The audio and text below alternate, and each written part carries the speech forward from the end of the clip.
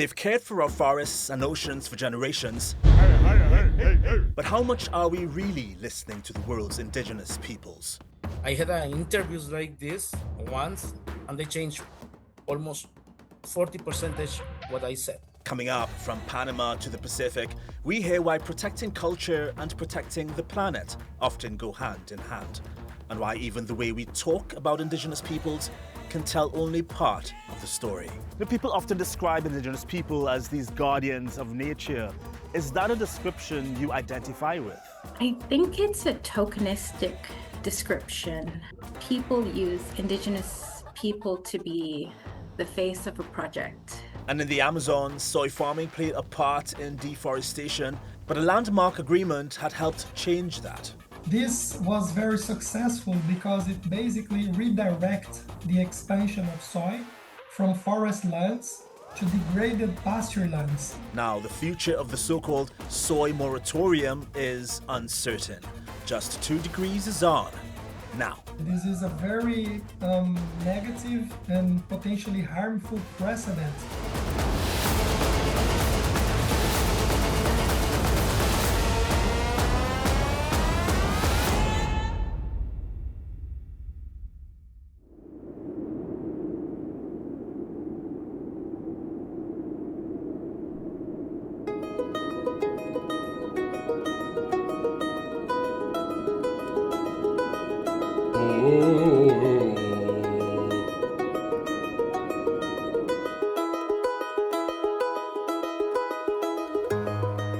Across the Andes Mountains, people honor Pachamama, Ante tus pies venimos, tataquistos eventos. a word translated from the Quechua language as Mother Earth. Though for many indigenous communities, she is far more than a symbol. She is the living spirit of the land, the mountains, the rivers, and everything that gives and sustains life. Every year in August, communities in countries like Peru, Bolivia, Ecuador, and northern Chile, and northwestern Argentina mark Pachamama Day with ceremonies of gratitude. Families gather to share food, music, and prayer, while offerings such as grains, fruit, and coca leaves are returned to the earth, giving thanks for past harvests and asking for protection and abundance for seasons to come. For countless generations, the celebration has reflected the simple belief that humanity is not separate from nature, but part of it. Es una fe que todos tenemos. Pachamama kung ma-platisani pinipaltay ka to. Kumakuma kila agos paksi agradez ka na. Kasi Pachamama ito kumakanipaltay kistate. Diya kung matagagara kiyosas. Ano yung nesesaryo kita? Chame sa nagpasa niya. Ang importante ka. Takachoy malok kasi niyo. Mais kami sits basta esita ha. Hani takanis wala ka kolkaniktan ka. Pero choy mapas choy man. Takachoy basta esita. Mais kami sits imbit asita ha. Pachamama takachoy makatok asira kita. From the Arctic to the Amazon, from deserts and grasslands to tropical islands, indigenous peoples have spent thousands of years learning to live alongside the natural world. Their cultures may be different, but together they offer a remarkable perspective on humanity's relationship with the earth, and they've passed that knowledge on from one generation to the next. But today, many of those lessons are proving more relevant than ever. They are the Sami of Northern Europe, the Maasai of East Africa, the Quechua and Aymara of the Andes, the Inuit of the Arctic, and thousands of other peoples whose names are rarely heard beyond the forests, mountains, islands and deserts they call home. Together, the world's indigenous population is estimated at around 476 million people across more than 90 countries.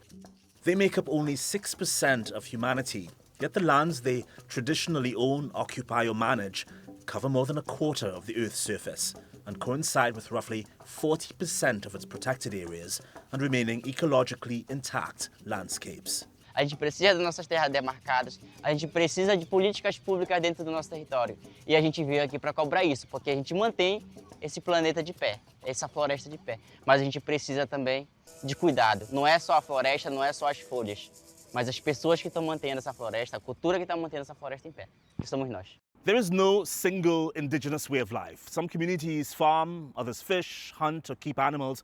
Many now live partly or entirely in cities. And indigenous peoples should not be romanticized as naturally perfect conservationists. What many communities do possess, however, is wisdom, and which is shaped by long relationships with particular places. Experiences that are built not over a few years, but across generations. Our journey begins in the Amazon, where indigenous peoples have helped shape landscapes once believed to be untouched wilderness. Researchers have found evidence of managed forests, enriched soils, cultivated food species, controlled burning, and sophisticated water systems, practices that supported human societies while creating habitats for other forms of life. Para nós é muito importante o conhecimento tradicional que a população tradicional tem do fogo, né? Durante muito tempo, as pessoas pensaram que essas pessoas não dominavam fogo, que eles não sabiam fazer fogo, que tinha muito incêndio nas áreas deles. Porém, a gente foi descobrindo ao longo do tempo, com essa convivência com eles, de que, de fato, eles são nossos melhores professores. Further east, across the grasslands of northern Tanzania, Maasai pastoralists have long managed the land in ways that balance livestock with the changing seasons. Known as Alalili, these reserves protect pasture and water until the dry season when animals need it most. A 2024 study found that both communal and privately managed lands remain important for livestock, local livelihoods, and the conservation of East Africa's rangelands, although changing land usage and social pressures are putting the practice at risk. When talking about resilience to climate change, one thing that we always have to put in mind is how can we employ indigenous knowledge and indigenous technologies in assisting communities to be resilient. So for me, one of the things that we probably want to do is to make sure that we safeguard indigenous knowledge and indigenous technologies. How generally were pastoralists, organized in terms of dealing with this seasonal drought systems? So the knowledge that was used then can be designed and developed in such a way that it can still assist within the current kinds of challenges. Across the Indian Ocean, another ancient tradition has endured for thousands of years. Aboriginal Australians have long used carefully timed, low-intensity fires to care for the land. Instead of allowing vegetation to build up and feed enormous wildfires, cultural burning can create a patchwork of habitats. Some recently burned, others left untouched. Scientific studies suggest that when these indigenous fire regimes were disrupted, landscapes became more vulnerable to intense fires, and some fire-sensitive species declined. We used fire to shape the landscape. We used fire in the landscape to keep ourselves safe. Far to the north, where winter shapes almost every aspect of life, Sami reindeer herders move with the seasons across Norway, Sweden, Finland and Russia. Their knowledge includes snow texture, ice formation, grazing conditions and animal behavior, details that can determine whether reindeer reached food beneath the winter snow. Research tracking nearly 2 centuries of Sami herding shows a culture repeatedly adapting to climatic variability and government policies. But today, warmer winters, unstable ice, infrastructure and competing land use are making that adaptation harder. Mutta ainut iso haaste, mitä minä pelkään, on tämä ilmastonmuutos. Minkälaisia haasteita tämä tuopi? Meillä on talvet lyhentynyt hirveästi. Tietenkin se on hyvä poroille, että talvet on lyhentynyt. Mutta sitten taas vastaavasti nuo suvikelit saattaa pilata porojen kaivoksen, että maat jäätyy. Että se tuopi omia haasteita, mutta että meidän täytyy sen kanssa elää ja oppia elämään. Farther north still, Inuit communities have spent generations reading the language of sea ice. Observations of ice thickness, stability, currents, wildlife, and seasonal change are increasingly being combined with scientific measurements. A 2025 systematic review found growing evidence that collaborative research between Arctic indigenous communities and scientists can strengthen our understanding of a rapidly changing cryosphere, that's the frozen part of the Earth's system, while also highlighting how rare such partnerships remain. I'm a firm believer that traditional knowledge is still number one, but we're finding more and more people maybe haven't had the chance to learn the traditional skills from, their grandfathers, their fathers, their uncles, or their friends. Across the Pacific Ocean, indigenous communities have developed equally sophisticated ways of managing life beneath the waves. Some areas may be closed during breeding seasons, certain species may be protected, and harvesting rights may belong to particular families or communities. Together, these traditions have helped them live within the limits of their islands and the ocean around them. 因为他们从小就是一直在听长辈讲这个航海的事件，所以到了他们年轻有成了，才开始来去就是实现他们的梦想，然后完成大人们很想要做的事情，在他们这个年纪去完成。But indigenous territories are also increasingly targeted for mining, logging, industrial farming, dams and fossil fuel development. Communities who've contributed least to global warming are often among the first to lose land, to lose food sources, sacred places, and in some cases, entire ways of life. And even conservation can cause harm when protected areas are imposed without the consent of the people who've lived there for generations. Indigenous knowledge cannot replace modern climate science, no, nor should it be separated from the people who've developed it. But research increasingly shows that ecosystems often fare better when indigenous communities retain their rights and their place in decision-making. At a time when the world is searching for new ways to protect nature, some of its oldest ideas still have much to teach us. But if these communities have so much to teach us, then why are they so often misunderstood? I asked Guna journalist Iniquilipi, Chiari-Lombardo, why the world still struggles to see beyond the stereotypes. I had the privilege of spending time with indigenous people over the past month in Cusco, Peru, but I found it challenging to discern between the actual culture that exists there and what was presented in tourism. What do you think outsiders like me and other tourists who go there still misunderstand about indigenous people and their cultures? I would describe the tourism in two ways. One, the tourism what we want as indigenous people. Like two, as it is right now. Like how it's happening tourism in Cunayala and how it's impacting the socio-cultural, let's say, like lives over here. So of course we would like to look on a environmental way as how we are as indigenous people, that connection that we have with the biodiversity. But to be specific, it's like we work a lot with the textile, the molas, designs, the women's do and everything.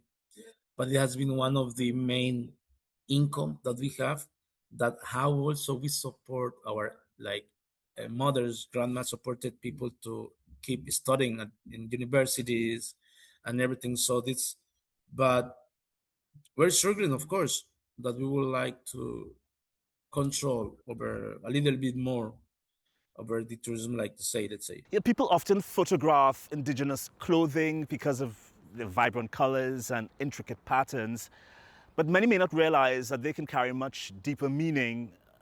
In your culture, Iniquilipi, how are those designs connected to, say, nature or identity?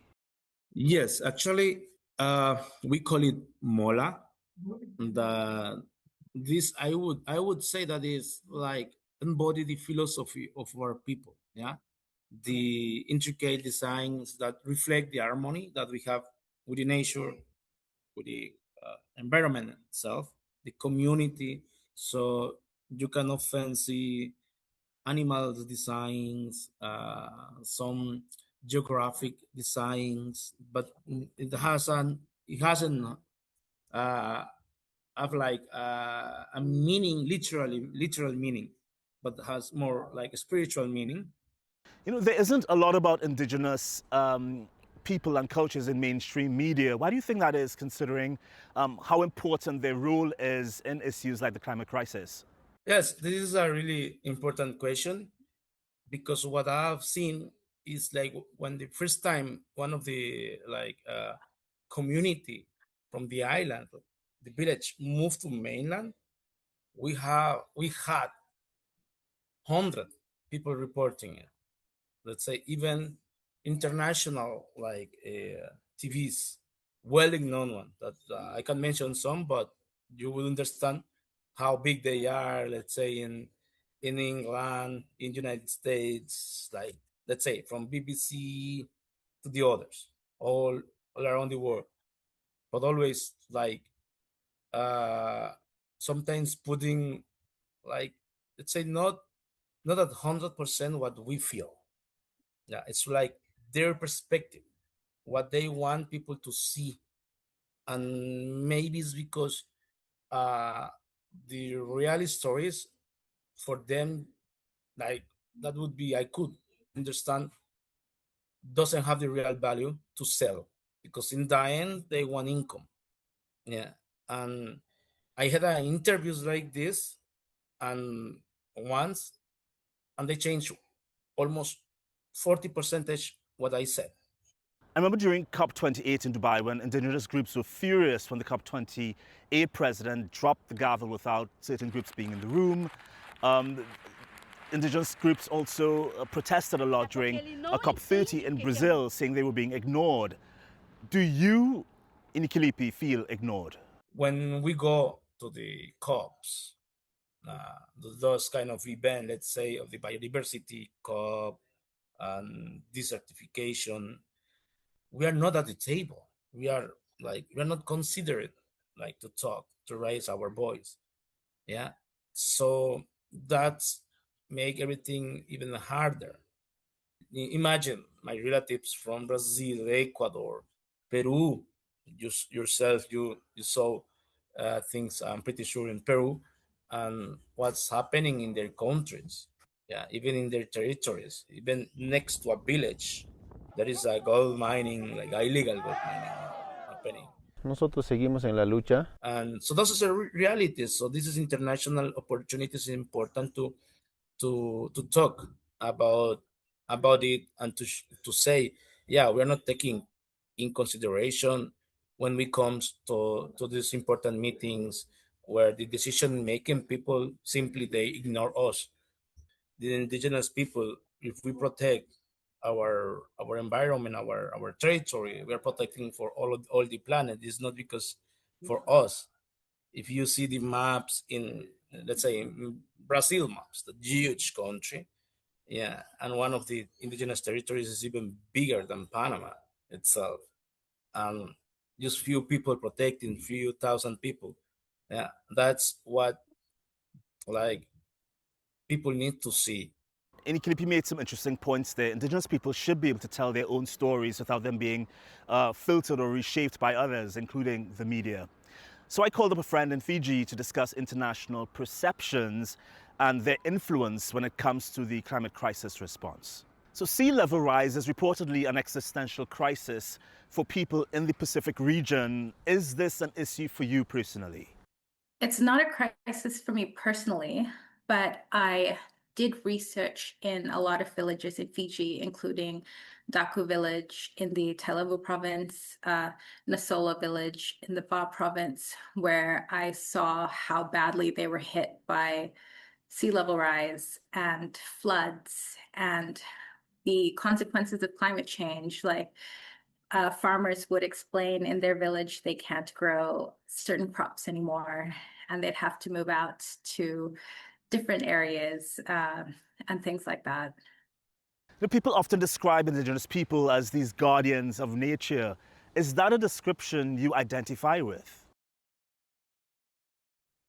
I think it's a tokenistic description, because I think in a lot of cases, people use indigenous people to be the face of a project. Or, they would say, this is someone who holds indigenous knowledge, but it's not really being practiced on the ground, If you look at the nonprofits that are working in Pacific countries on climate change, mostly you would see foreign people leading these projects. So where is the use of indigenous knowledge there? I think that's one of the issues that we have in the Pacific. It's not that we are incapable, but there's a myth that we have no capacity for ourselves. You know, and this myth is, you know, very strongly held by a lot of foreigners and NGO workers who come into Fiji. And of course, there are a lot of them who agree that we should be the ones to lead on climate change projects and climate change NGOs, but I don't see it being practiced very widely. Ashamedly, I may fall into that category of tokenizing the indigenous and lumping them all into one category, and for that I apologize. How would you like to be understood as an indigenous individual in the Pacific region dealing with the climate crisis? I think it's important to differentiate between the different Pacific islands. You know, to say islands like Kiribati and Tuvalu, who are really at the forefront of, you know, the fight against climate change, and then to look at countries like Fiji and Solomon Islands and Vanuatu as very different countries with different cultures. I think a lot of the projects or grants that are offered to the Pacific are quite general.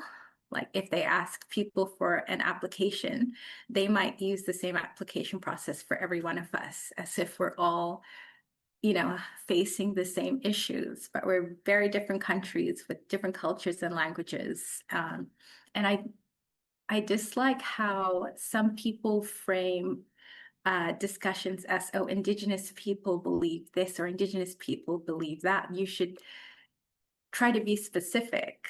You know, what Indigenous community are you referring to, and what do they really believe? So Talei, with that in mind, let's zoom in then on Fiji. If emissions continue the way they are right now, what does the island look like and its communities in, say, by the year 2100? That is a really big question, because when I was working in villages asking people questions about climate change, a lot of the villages that I visited would say, oh, instead of talking about climate change, or instead of talking about what could happen to us 5 years from now, why don't we talk about how we could develop our village now? And a lot of people wanted to think about the present moment. And so I don't think we're looking like 100 years from now or 50 years from now. We're kind of trying to think about, how do we give ourselves agency right now? How do we preserve our culture and language? How do we develop our villages sustainably?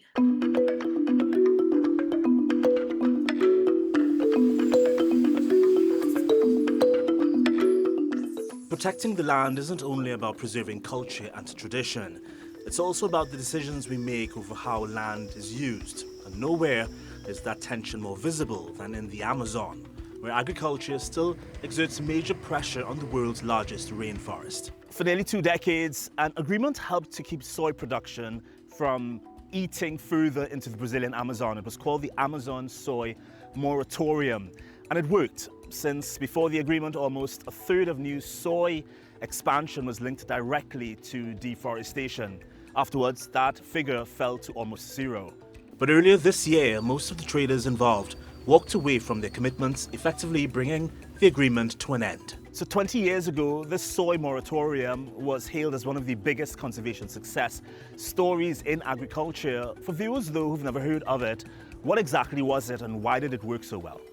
Yeah, this was a multi-sectorial pact, an agreement between soy traders and civil society organizations like ourselves, WWF.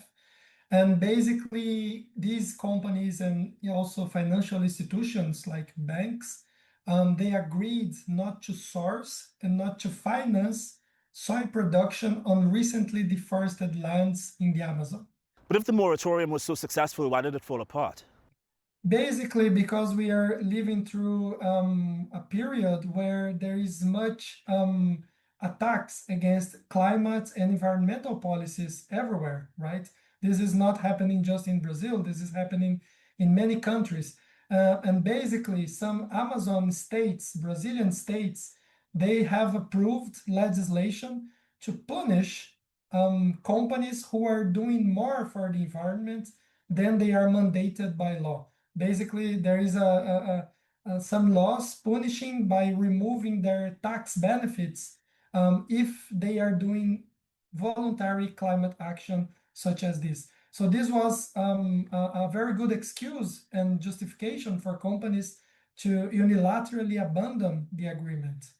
I'm guessing that you worry that the end of the moratorium sends a signal to other industries that voluntary environmental commitments can simply be ignored, I guess, when they become politically inconvenient. Absolutely. This is a very negative and potentially harmful precedent that the Brazilian states can set. Right now, we are actually challenging these laws, these subnational laws, at the Supreme Court, the National Brazilian Supreme Court, arguing that they are unconstitutional because clearly they violate the Constitution. They basically establish a tax regime that is negative to the environment. And the Brazilian Constitution enshrines the principle that the tax regime needs to be favorable to the environment. And the objective is not really to revive the Soy Moratorium, because as a voluntary agreement, it's already gone. But the most important thing here is not to allow this precedent to be established, as you said, not to influence other supply chains, other companies, other businesses, other sectors even. And I'll keep an eye on that story for you. Until next time, bye.